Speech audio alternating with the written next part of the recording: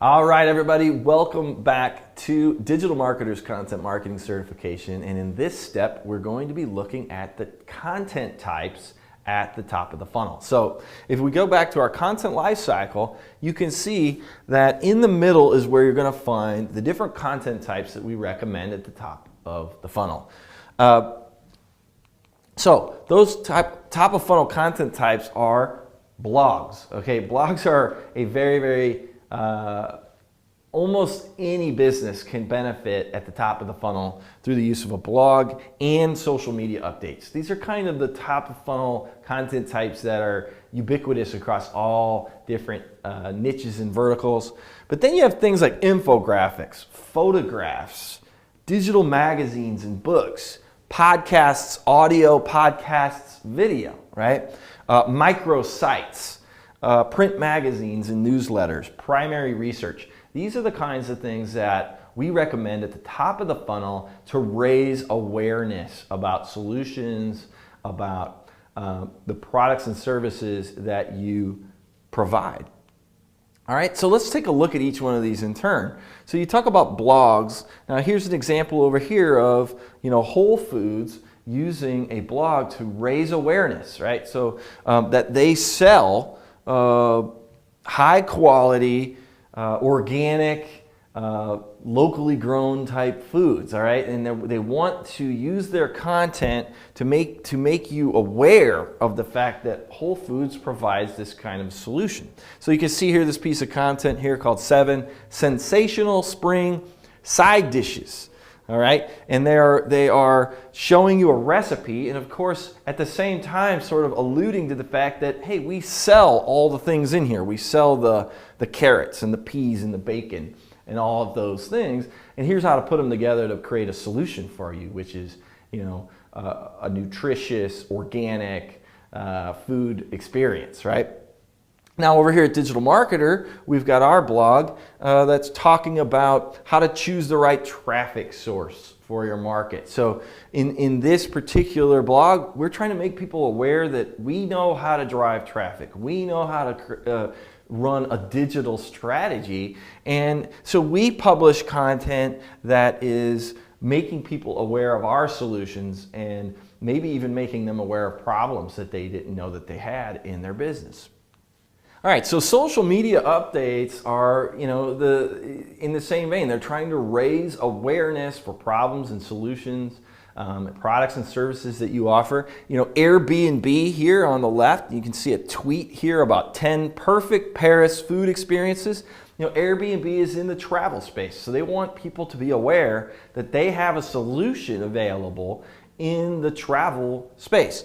On the right, you've got Dreyer's Ice Cream, right, who's using Pinterest here to make people aware of all of the different, products that they provide in the ice cream space, shakes and floats and, delights and all of the different things that they offer at Dreyer's Ice Cream. They are making available, and they are blasting these things out through social media channels using content.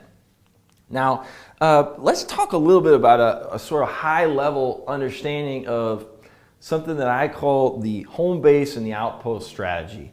Now, this is actually a graphic from jeffbullis.com who does, Jeff talks a lot about this strategy. And what we're talking about here is that you have a home base, and generally speaking, for your content strategy, that's going to be your blog, okay? And that's why almost any business, I've not run across a business yet that couldn't benefit from building a home base for their content, which is going to be your blog. All right, now then you've got all of these outposts on the outside. Now these are the things that you don't own, but you do publish content there. So things like an outpost for you might be Pinterest or Facebook or Twitter or LinkedIn. All right, these are the things that you don't own. All right, and so important to understand that the reason we create a home base and outpost strategy is because this is where everyone is, okay? You've got large quantities of people gathering on these outposts, but you don't own them, all right?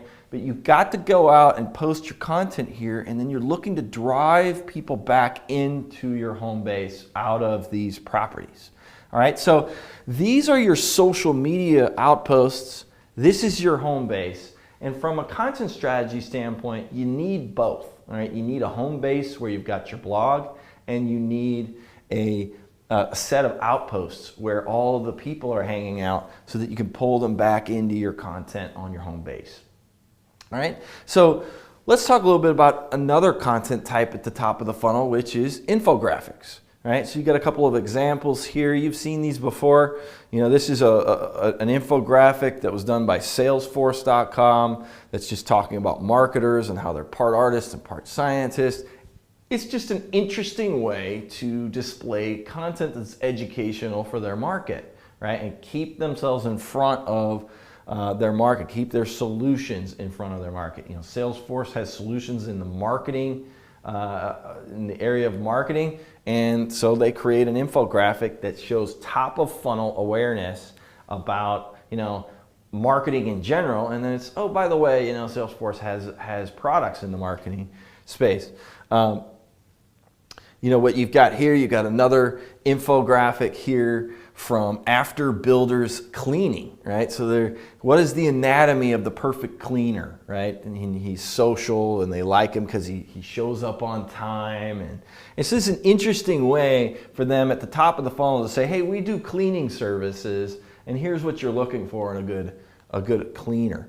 Photographs, right? So anybody that's in like the travel space, like TripAdvisor shows here, or this kitchen design company who's a builder, and they just take lots and lots of big, beautiful photographs and use them at the top of the funnel to say, wow, look at this space that we just designed, all right? That raises awareness for what Kitchen Designs does, and it's something that would be very appealing, this photograph, in an outpost channel like Facebook or Pinterest or whatever, and bringing them back into their home base here at kitchendesigns.com. Same with TripAdvisor, 10 best hidden places in Ireland, right? TripAdvisor wants you to travel, right? They live or die based on whether people are traveling both domestically and internationally. So they create big, beautiful photographs of Ireland in this piece of content, distribute them on their outposts, and pull people back into the home base at the top of the funnel. Raising awareness. Oh yeah, TripAdvisor has information about travel. And hey, you know, these photographs look beautiful. These photographs of Ireland look beautiful. I'm gonna go check out this article. And then again, it's a subtle reminder, TripAdvisor is there and they have a product and they have a service. Digital magazines and books are hot, right? People creating, it's just another channel for you to distribute your content. And you can even use the content that's existing on your blog to push it out into places like Apple Newsstand and Amazon in order to get your top of funnel content into people's hands and raise awareness. You know, you've got all kinds of people publishing these types of magazines at the top of the funnel. It's very similar to the blog strategy, except in this case you're using a digital magazine or a book.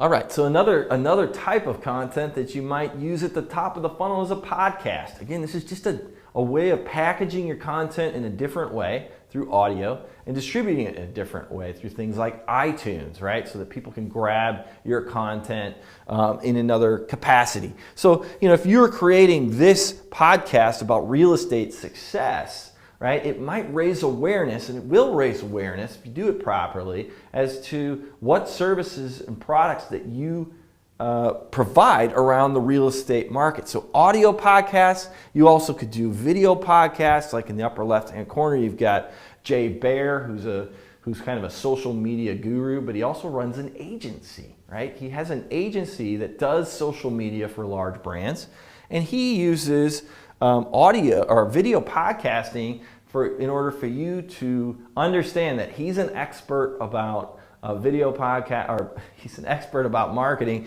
and that you should hire him in his agency to do services.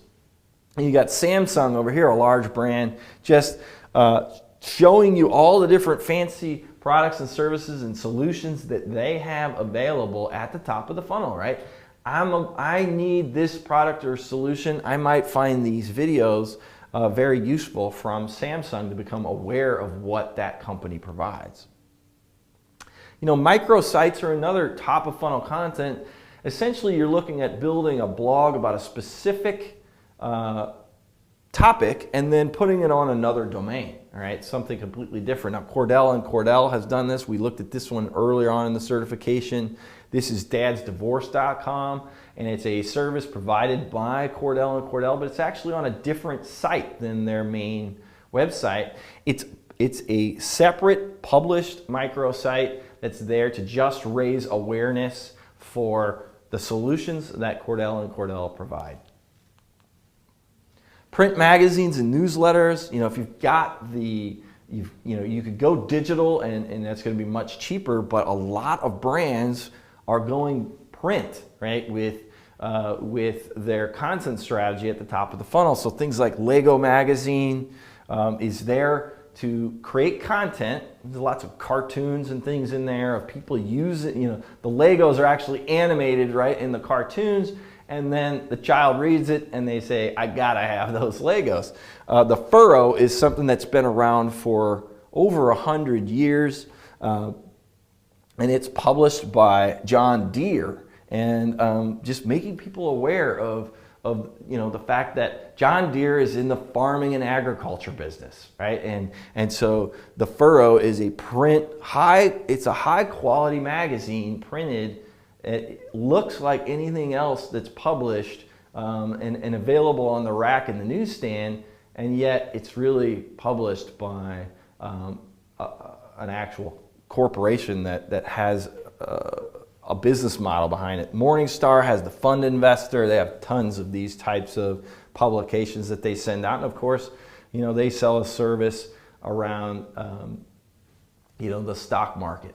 All right, so the last piece of content type that we will cover here is primary research. So, you know, it's difficult to pull this off because it's a little bit intensive to get it done, and that's exactly why it's a powerful content type, is because there's not a lot of primary research out there. If you're able to create something like the social media marketing industry report or Google's 0 moment of truth research, right, that teaches you how to use Google better, essentially, and what they've learned by all the data that they've collected at Google, or what Social Media Examiner has learned by surveying its market, and then put that out in as primary research, you will get lots of awareness around that kind of content. All right, so in the next video, we're going to be talking about the metrics that we use to measure whether our top of funnel content is working. We'll see you there.